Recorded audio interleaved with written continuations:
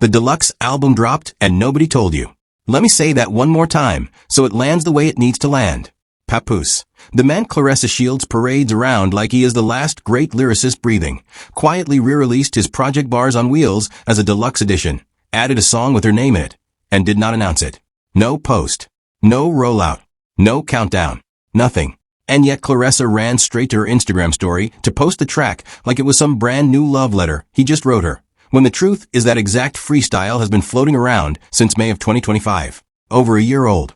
A leftover. A reheated plate being served like a 5-course meal. And here is where it gets worse, because everybody watching this situation thinks the story is Pap made Claressa a song. That is the frame they want you to accept. The frame you should actually be looking at is this. The man did not just recycle the song. He reportedly recycled the concept from Remy Ma herself. Remy Ma, the woman he is still legally married to, the woman whose divorce from him is still not finalized, dropped her single, Put 'Em On. And how did that record open? I'm Back Outside. And what did Pap's dusty little Claressa freestyle get titled when it finally needed a name over a year later? Back Outside. You cannot make this up. The Mistress Anthem got titled after the wife's record. The sequel is copying the original while pretending the original does not exist. And the stakes here are not small. For Pap, this is his entire comeback narrative crumbling in real time. A man whose relevance right now is completely borrowed from a woman who is allegedly being treated like an afterthought on his own deluxe album. For the culture, this is about whether we keep letting nostalgia act as a substitute for actual output. And for the industry, this is a case study in what happens when an artist brand is built entirely on proximity to somebody else's spotlight. When we get to the business breakdown later in this video, and we are absolutely getting there, you are going to understand exactly why this deluxe album was never really about music at all, and who it was actually for. Drop your thoughts in the comments, hit like, and subscribe. Let's get into it. Now, for anybody who has not been following this saga, let me orient you, because the layers here matter. Papoose, Shamil Mackey, was for years positioned as hip-hop's loyal husband, half of one of the most celebrated couples in rap. Him and Remy Ma were the Black Love brand. They did the interviews together, the reality TV together, the vow renewals, all of it. Their whole public identity was loyalty. And then the marriage collapsed in public. The separation got confirmed in 2025, the mudslinging started, and Pap popped up with Claressa Shields, the self-proclaimed GWOT of women's boxing, an Olympic gold medalist, an undisputed champion, a genuinely elite athlete, and suddenly his entire public persona became Claressa's man. Remy, meanwhile, went back to work. She dropped Put 'Em On, a record that opens with her declaring, I'm back outside. And say what you want about Remy. The woman raps like she has something to prove, and she moves like an artist with an actual pulse on her own career. She is out here doing shows, dropping visuals, building her own moment. She is the blueprint whether Pap and Claressa want to admit it or not. And based on what we are about to walk through, the evidence says they know it because they keep tracing her outline. So the stakes musically, Pap is trying to keep a rap career alive that, respectfully, the streaming numbers suggest most people stopped checking for a long time ago. The stakes financially. Bars on Wheels reportedly came and went with almost no commercial footprint. Nobody streamed it, nobody talked about it. And by every visible metric, it was a non-event. The stakes culturally. Claressa is tying her legacy, a real hard-earned, historic, athletic legacy, to a man who is allegedly using her name to resuscitate a deluxe album he was too embarrassed to even announce. And reputation-wise, all three of them are locked in a triangle, where every move one makes gets measured against the other two. That is the board. That is the game. And the question that the rest of this video answers is simple. If Claressa is really the priority, why does every single piece of evidence say she is the garnish?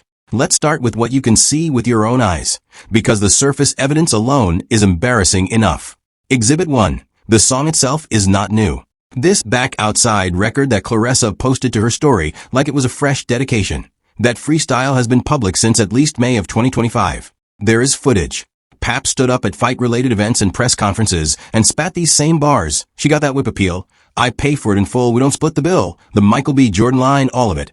And it was already on blogs like Fight Hype well over a year ago. So when Claressa posts it like, my man just made me a song, what she is actually posting is a rerun. Does she know that? Does she care? Or is the performance of being loved more important than the facts of it? Exhibit 2. The deluxe album itself. Bars on Wheels originally dropped as a small project and by all visible accounts went absolutely nowhere. No chart presence anybody could find, no conversation, no traction.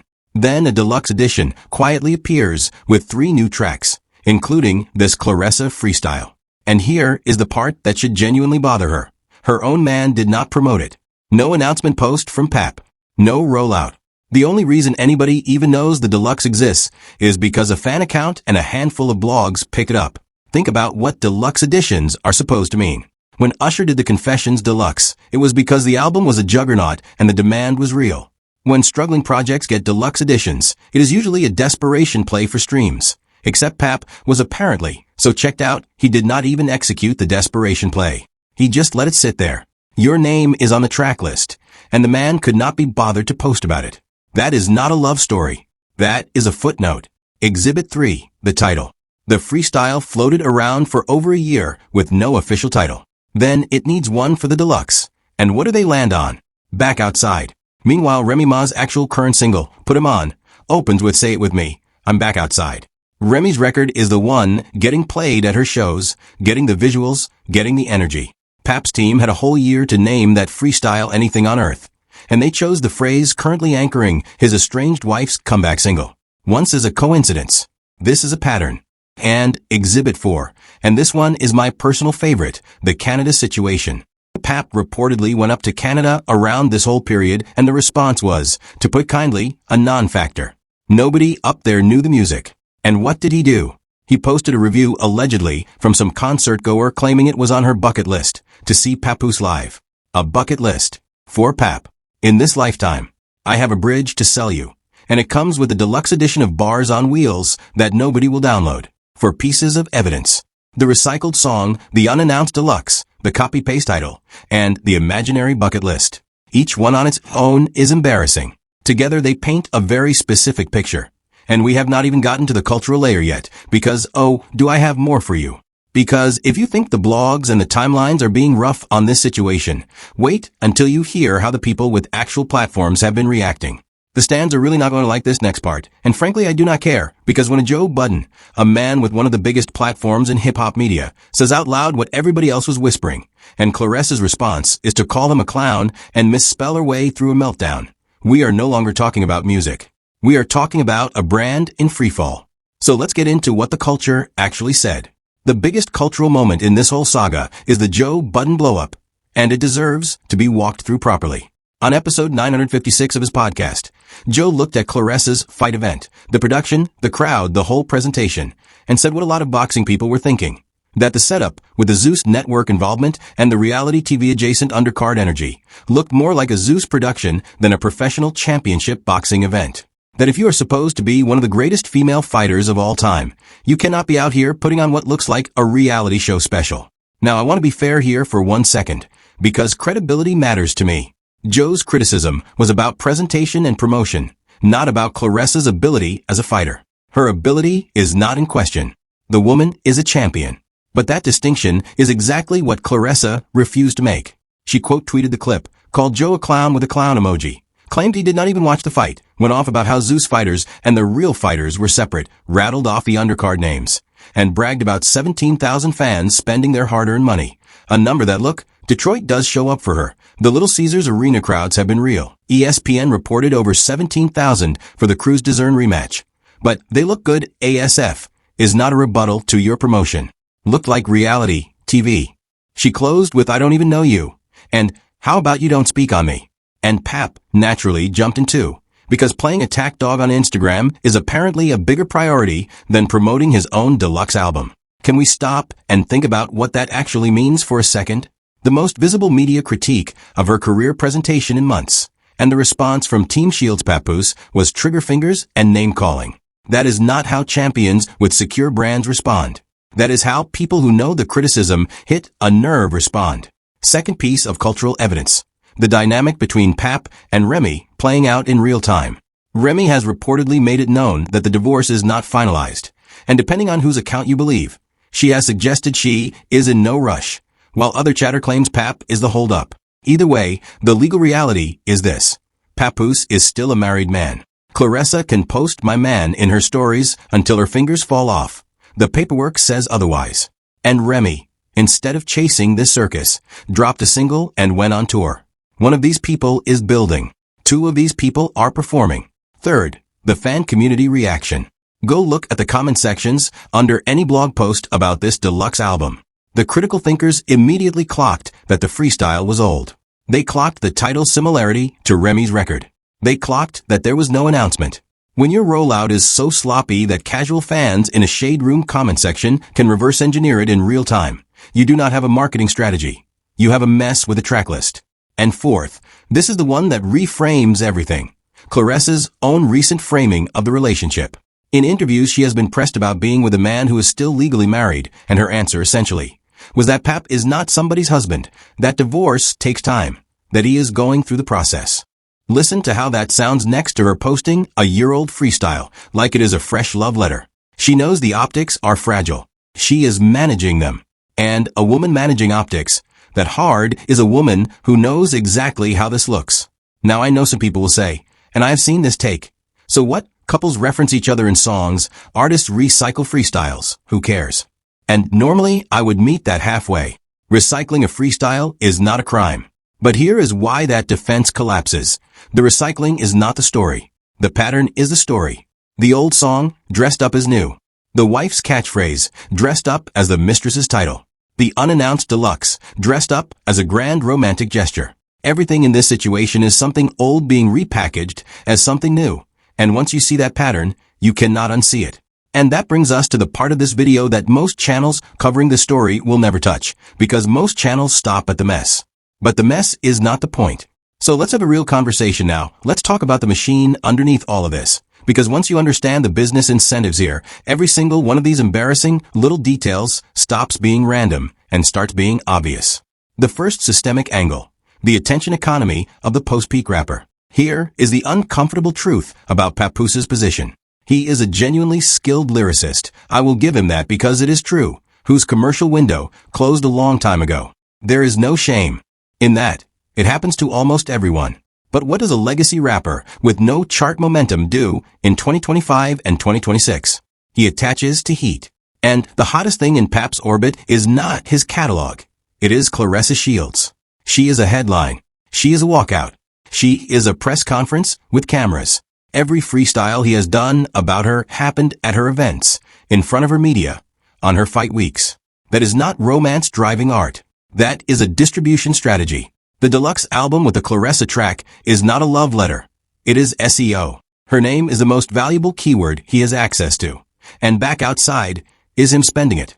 The second angle, the fight week economy and why Claressa cannot afford to look unloved.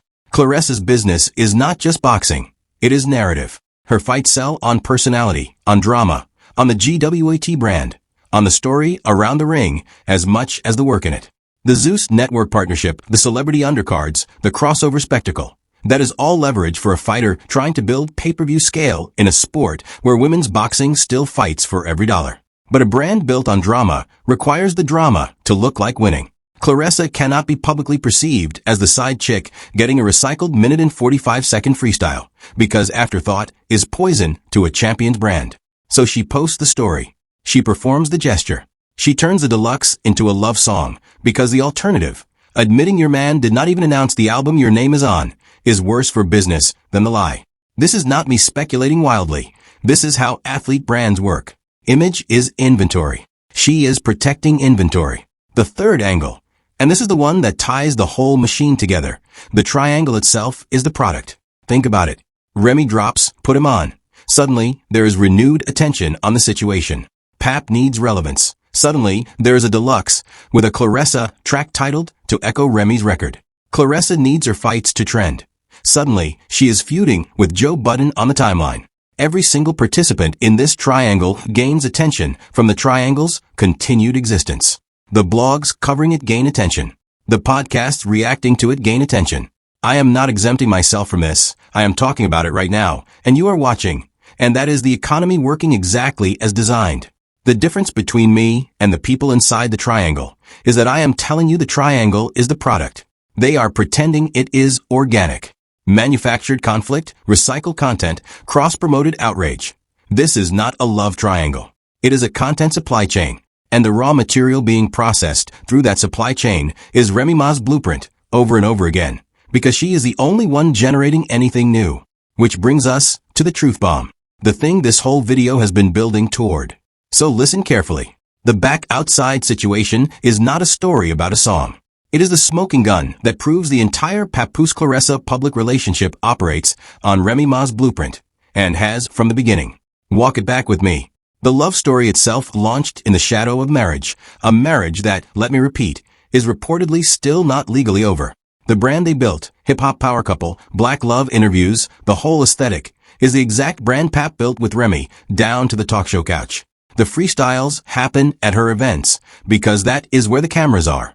And now, when the freestyle finally needs a title, the title they reach for, consciously or not, and honestly, I do not know which explanation is worse, is the phrase anchoring Remy Ma's current single. The wife is the mood board. The wife is the standard they keep failing to meet. And the single most damaging detail in this entire saga is the one hiding in plain sight. If Claressa were truly the priority, back outside would not be an afterthought on an unannounced deluxe re-release of a project that flopped. It would be a single, with a video, with a rollout, with a post from her man. Real Love gets a release date. She got a tracklist edition and a title borrowed from the ex. That is the reveal. Everything else, the Joe Budden meltdown, the bucket list review, the trigger finger tweets, the Canada non-event, is just the sound of a borrowed blueprint creaking under weight it was never built to carry. And I want to be precise here, because I take this seriously. I am not alleging anything criminal. I am not claiming to know what is in anyone's heart. What I am saying, what the publicly visible evidence supports, is that as a matter of branding, of strategy, of output, this operation is derivative top to bottom. The most original thing in the entire triangle is the woman they both left behind. Does everybody understand how wild that actually is? And that is where the resolution comes in, because here is the good news buried inside this mess. The right person is winning, and she is winning without even trying. While Pap is quietly dumping deluxe albums nobody asked for, Remy Ma is on stage performing a record with her own phrase on it. A phrase so culturally sticky that her estranged husband's team allegedly could not help but reach for it. While Claressa is fighting podcasters in her mentions, Remy is doing shows, dropping visuals, and letting the work talk. While the deluxe edition of Bars on Wheels went triple wood with no announcement and no streams, Put 'Em On is out here functioning as an actual moment. One person is making music that documents her life. The other is making music that photocopies it. And I said this in past videos, I said the post-breakup scoreboard would settle itself, that you would not need blogs to tell you who came out ahead, because the output would tell you. The output is telling you. And look, there is a version of this story where everybody wins clean. Pap could drop an original record with an original title about his actual life. Claressa could let her fists be the brand instead of her relationship. But that is not the version we are getting. The version we are getting is a deluxe nobody heard, a title somebody else owned, and a champion posting a rerun like it is a premiere. Meanwhile, the blueprint, the standard, the original, keeps moving. That is what winning looks like when you do not have to announce it either. The difference is Remy actually has something worth announcing.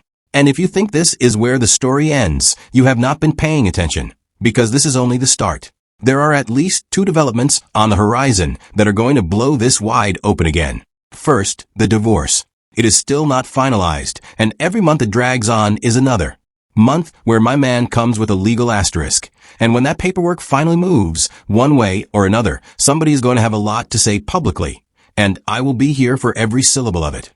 Second, Remy is clearly in an active creative run right now. If Put 'Em On is the opening shot of a bigger project, and everything about how she is moving says it is, then every new Remy record is going to be a measuring stick this whole triangle gets held against. And based on what we just walked through, they cannot clear the bar.